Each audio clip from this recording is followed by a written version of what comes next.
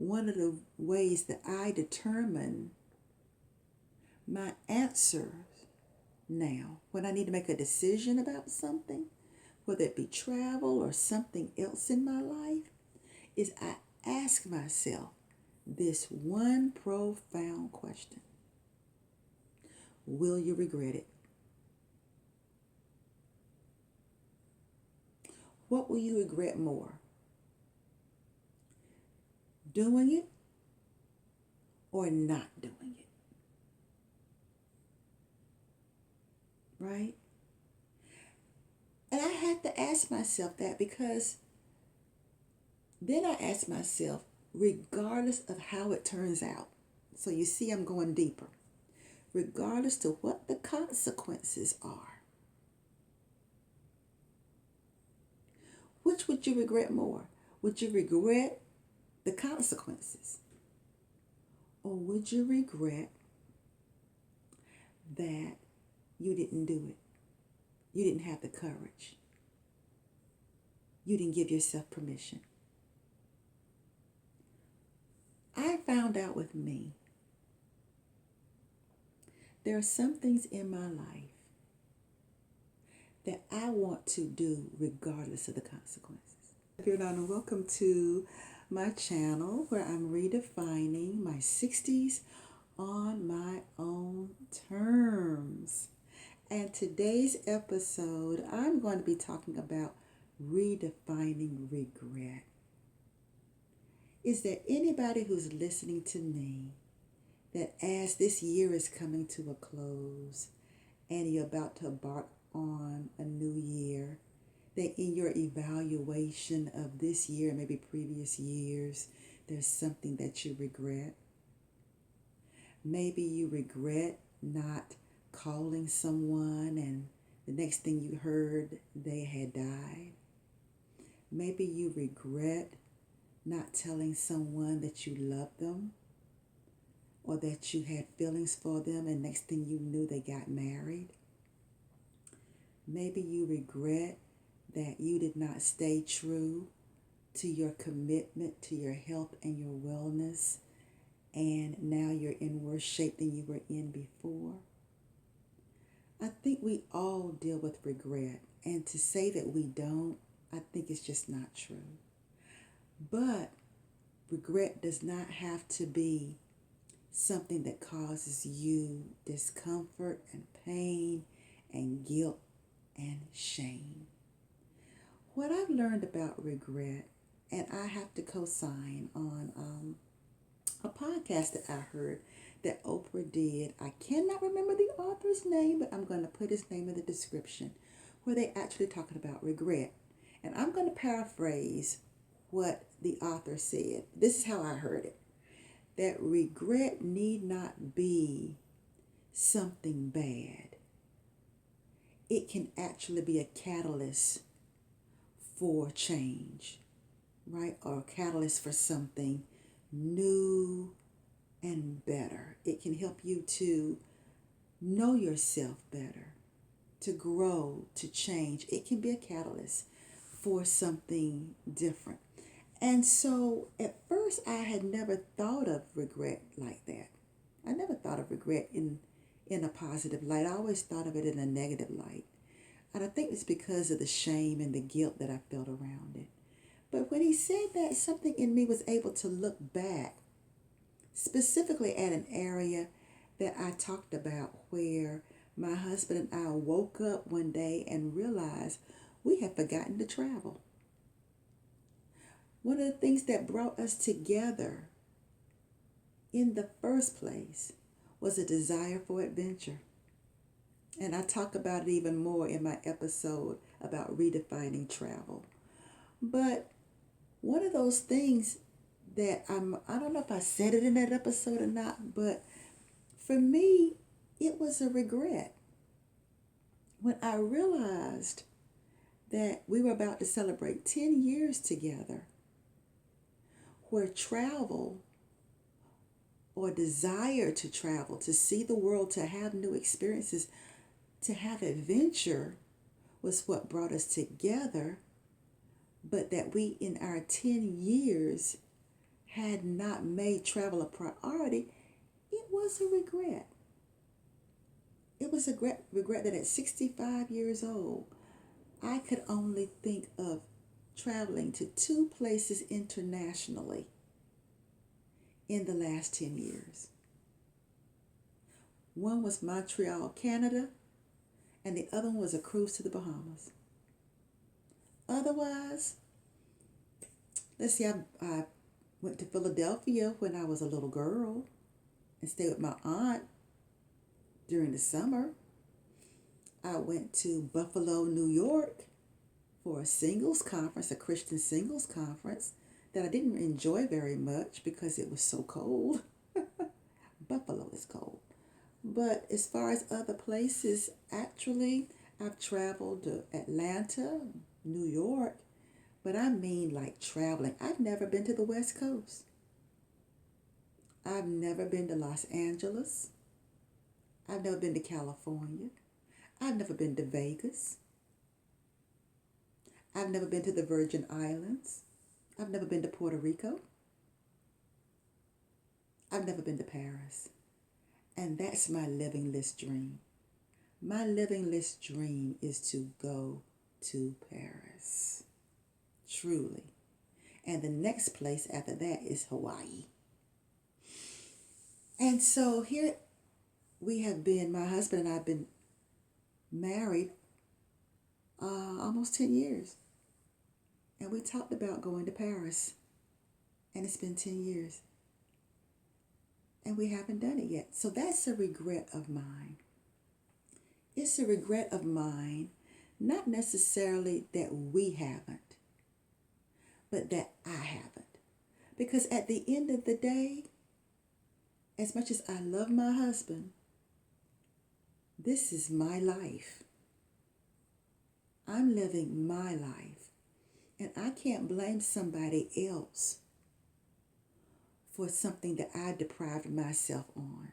I co-signed on every decision that made travel less of a priority. And so I had to face that, and I regret that. I regret that. Now, I know for some other people, their regrets are tethered to something more profound and more emotionally wrenching. But trust me when I say, if knowing I have not traveled and feeling the way I feel about it approaching 65, let's say I approach 66 and I look back and for a whole year realize I still haven't traveled, then that would start to feel some kind of way. I think I'd start feeling resentment. I think I'd start feeling personal betrayal, right? I start to feel some kind of way. And so I realized the urgency of it for me. And this is something that I have learned to do to de-regret my life. And there's been other areas, but since we're talking about travel, let's kind of roll with travel. The only way that I can make it up to myself for having not traveled is to make travel a priority and actually not talk about it, but take the steps that I need to ensure that I not just travel once, but that traveling becomes a muscle that I exercise, that I put myself in situations where I travel, that I put myself in that, right?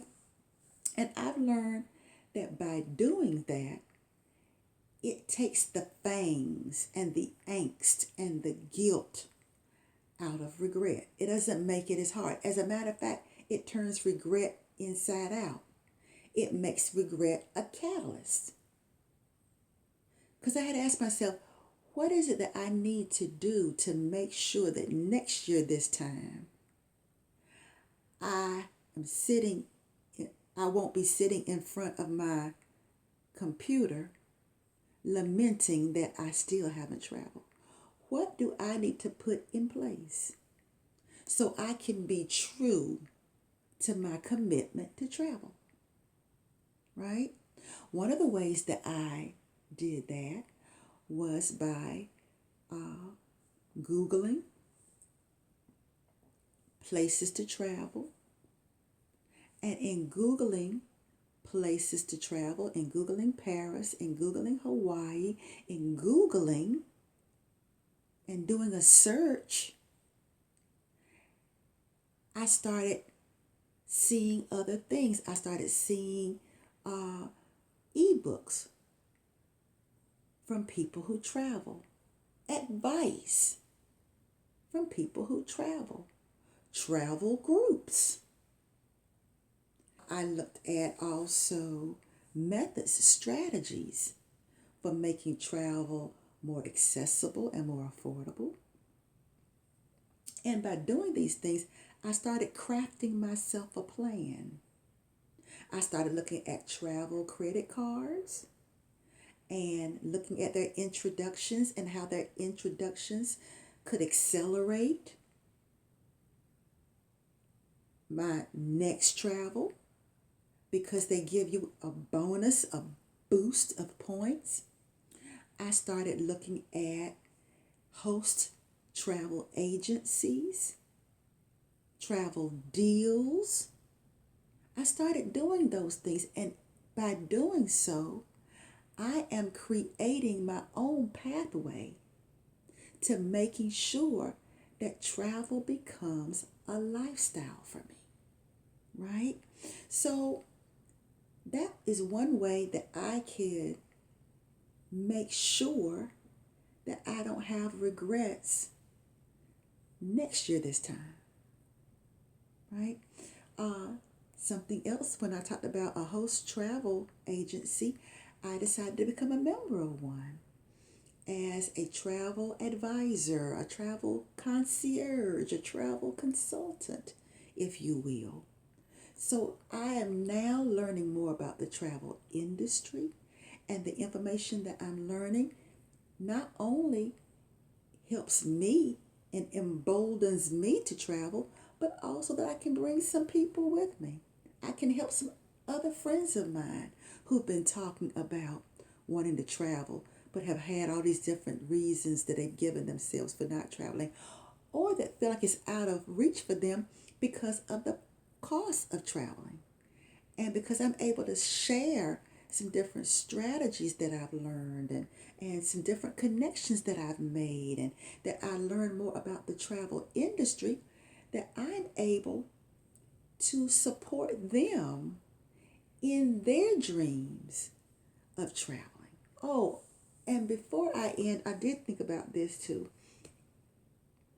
As a matter of fact, one of the ways that I determine my answers now, when I need to make a decision about something, whether it be travel or something else in my life, is I ask myself this one profound question: will you regret it? What will you regret more? Doing it or not doing it? Right? And I had to ask myself that, because then I asked myself, regardless of how it turns out, so you see I'm going deeper, regardless to what the consequences are, which would you regret more? Would you regret the consequences? Or would you regret that you didn't do it? You didn't have the courage. You didn't give yourself permission. I found out with me, there are some things in my life that I want to do regardless of the consequences. You see, one of the things that I'm having to reevaluate, and I'm going to probably do a redefining on this too, is redefining my relationship with money. I'm sure that's going to be one. Redefining my relationship with money. Because I have let money keep me from experiencing my soul's joy for far too long. Far too long. Oh, it's going to cost too much. Oh, I got these bills to pay. Oh, I got to be responsible. It's irresponsible to spend this money on something that I don't need. And I realize all those things, they're not me talking. Those are my parents talking. Those are people who are not even me talking. That's not me talking. The me talking says your soul's joy at this age should be your priority. Now, should have been my priority in some previous ages too, but I've gotten to a point now where I feel like my proverbial back is against the wall. Where it's like, no, you're at a stage in your life right now that if not now, when? Right? So at this stage in my life, it is about freedom. It is about courage. It is about esteeming myself enough to give myself what I desire.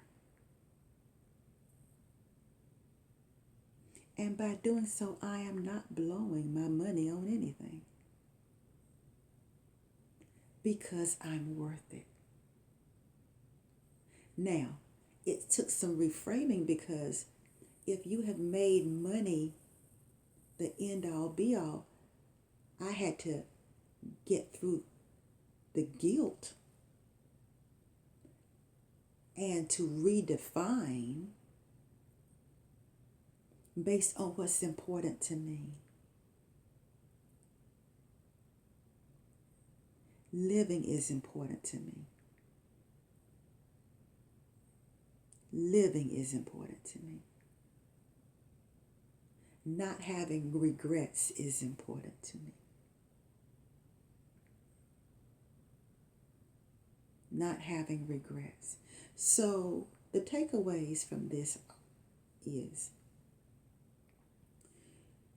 if you lived your way into a regret, then you can live your way out of the regret by having the courage to choose what is most meaningful to you. Sometimes we have to live our way to the understanding of what's most meaningful, right? The reason travel is so meaningful to me now is because I didn't travel for the last 10 years, and I woke up one day and realized, babe, we talked about going to Paris. It's been 10 years, and we haven't even gone. We haven't even put together a plan. We haven't even made steps. We haven't even made it a priority. And here we are now, 10 years down the road, and we still haven't gone. Right? So in that situation, what was the way out of the regret? To make a plan. To make a plan. Now, are we going to Paris immediately?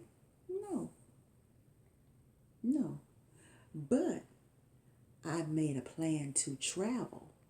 And by doing so, I'm creating energetically and strategically a pathway to make it so.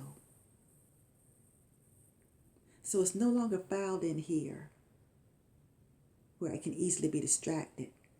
No, I've put some things into motion that will make sure that I get to Paris. If I continue to execute,